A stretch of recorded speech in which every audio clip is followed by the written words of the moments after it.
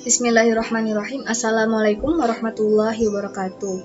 Perkenalkan, saya Rena Ayuning Tias dengan NIM 185284, mata kuliah Teori Akuntansi kelas A. Saya dari jurusan Akuntansi, Fakultas Ekonomi UIN Maulana Malik Ibrahim Malang. Di sini saya akan menjelaskan tentang manajemen laba dalam kasus PT Garuda Indonesia. Polemik tentang laporan keuangan PT Garuda Indonesia bagai labirin tanpa ujung. Argumen demi argumen, pernyataan pro dan kontra membanjiri ruang publik sedemikian rupa, sehingga yang tersisa hanyalah kekeruhan dan kekaburan. Pada tanggal 31 Oktober 2018, manajemen Garuda dan PT Maharta mengadakan perjanjian kerjasama yang telah diamandemen, terakhir dengan amandemen 2 tanggal 26 Desember 2018, mengenai penyediaan layanan konektivitas dalam penerbangan dan hiburan, dalam pesawat dan manajemen konten. Hasil pemeriksaan yang dilakukan OJK dan Kementerian Keuangan sendiri ternyata berbeda jauh dengan keberatan yang disampaikan oleh kedua komisaris PT Garuda yang merupakan pangkal kekisruhan ini. OJK atau Kemenkeu sendiri memberi perintah tertulis kepada PT Garuda Indonesia Tbk untuk memperbaiki dan menyajikan kembali laporan keuangan PT Garuda Indonesia Tbk per 31 Desember 2018, serta melakukan paparan publik atas perbaikan dan penyajian kembali laporan keuangan per 31 Desember 2018 paling lambat 14 hari setelah ditetapkannya surat sanksi. Salah satu motivasi yang paling mungkin adalah bonus yang diberikan perusahaan kepada manajemen apabila perusahaan dapat mencapai tingkat laba tertentu atau kebutuhan akan performa yang bagus di mata publik, hal yang amat wajar dalam sebuah bisnis yang mengendalikan keberlanjutan. OJK sendiri sebagai otoritas yang menjadi acuan dan wajib dihormati telah memutuskan bahwa transaksi antara Garuda dan Maharta adalah perjanjian yang mengandung sewa. Hal yang berbeda sama sekali dengan pendapat manajemen Garuda dan komisaris Garuda, bahwa penghasilan tersebut adalah penghasilan royalti yang tunduk kepada PSAK 23. Artinya, tanpa perlu berspekulasi lebih jauh, manajemen dan komisaris Garuda di satu sisi dan OJK sebagai otoritas di sisi lain berdiri pada peta klasifikasi yang berbeda. Dengan bahasa lain, baik manajemen maupun komisaris Garuda dianggap melakukan kesalahan. Celakanya, selama ini publik telah digiring oleh opini liar seolah manajemen dan komisaris Garuda berbeda pendapat secara prinsip dan manajemen Garuda cukup pasti ditempatkan di pihak bersalah dan diakui oleh opini. Setelah kita mendengarkan mengenai kasus dari PT Garuda, pasti ada yang bertanya-tanya, apa sih hubungan antara kasus PT Garuda dengan laporan keuangan dan juga dengan manajemen laba? Jadi, kali ini saya akan bahas satu persatu. Yang pertama mengenai pengertian dari manajemen laba, kemudian motivasi manajemen laba, yang ketiga teknik-teknik manajemen laba, dan juga bentuk-bentuk dari manajemen laba. Selain itu nanti di akhir video saya akan membahas mengenai perbedaan antara kecurangan dan juga manajemen laba. Baik, yang pertama yang kita harus pahami terlebih dahulu yaitu mengenai pengertian dari manajemen laba. Manajemen laba adalah upaya manajer dalam mempengaruhi informasi laporan keuangan sehingga dapat mengelabui para stakeholder.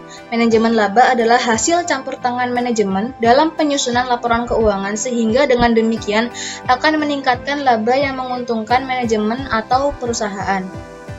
Selain pengertian dari manajemen laba, kita juga harus mengetahui motivasi-motivasi dalam manajemen laba.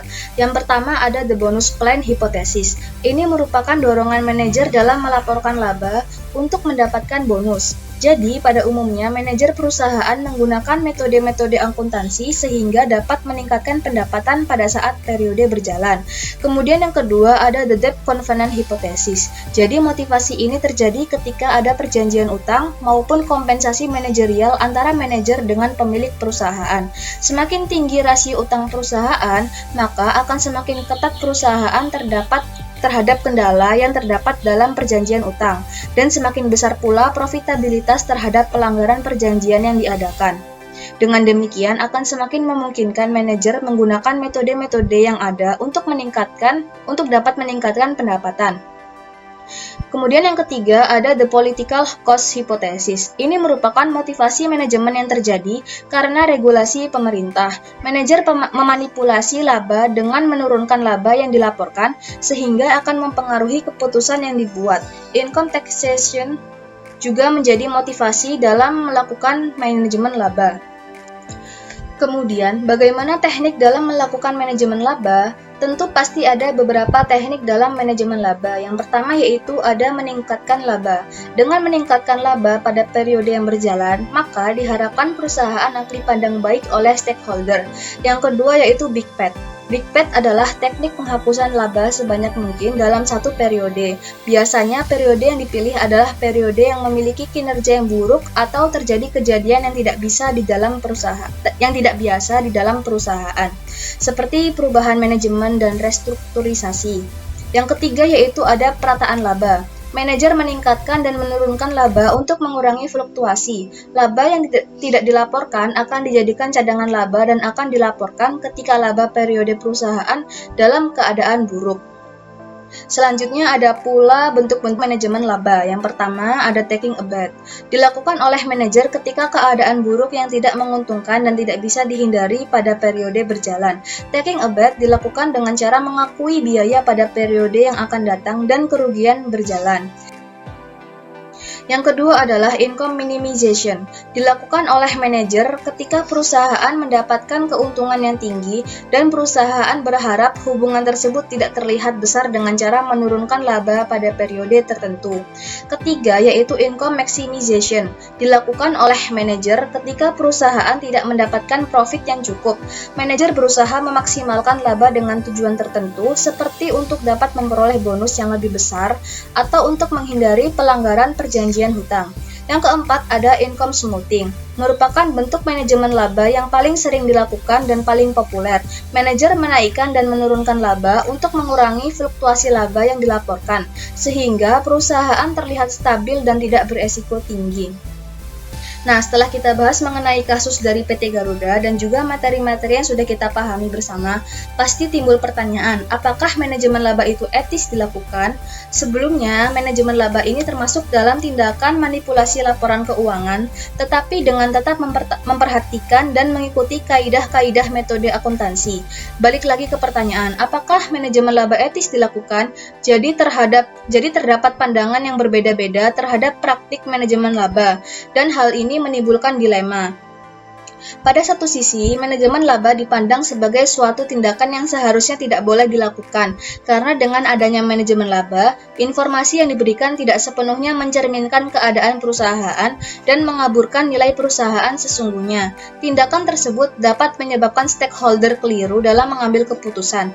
Namun, di sisi lain, manajemen laba dianggap sebagai suatu yang wajar dan merupakan tindakan rasional untuk meningkatkan fleksibilitas dalam ketentuan untuk pelaporan keuangan. Jadi, kesimpulannya, manajer yang menyediakan laporan keuangan merefleksikan aktivitas-aktivitas yang dapat dikelompokkan sebagai kecurangan jika yang pertama melaporkan penjualan fiktif, yang kedua melaporkan penjualan ketika produk-produk yang belum selesai ikut dikirimkan, yang ketiga, tidak mencatat secara cukup biaya-biaya. Yang keempat, melakukan transaksi barter di mana barang atau jasa dinilai overvalue atau undervalue. Yang kelima, penilaian aset yang lebih tinggi. Dan yang terakhir yaitu keenam, mengkapitalisasi biaya dengan tidak cermat. Sedangkan menurut penelitian dari Deddy Kurniawansyah, manajemen laba bukan merupakan kecurangan. Sebutan kecurangan adalah kondisi melawan hukum atau tidak memiliki legitimasi. Sedangkan manajemen laba berada pada batasan yang legal.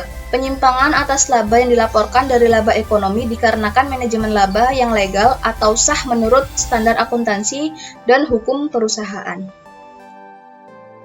Demikian penjelasan dari saya. Terima kasih atas perhatiannya. Mohon maaf apabila ada salah kata. Wabillahi taufiq wal hidayah. Wassalamualaikum warahmatullahi wabarakatuh.